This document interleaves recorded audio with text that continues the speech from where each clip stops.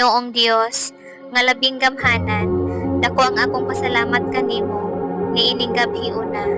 Salamat sa grasya ug kusog nga imong gihatag kanako aron mahuman kining adlaw nga malampuson. Samtang ako mamalandong sa mga nangagi sa milabay nga mga oras, salamat sa mga panalangin, gagmay man o dako. Salamat sa proteksyon sa akong tibuok pamilya. Pasaylo ako sa akong mga kasalpan, sa mga pulong ubuhat nga wala makapahimuot kanimo. Ginoo, itugyan ko kanimo ang tanan akong mga kabalaka, hatagi ko ug usa ka malinawon nga katulog ug pahuway.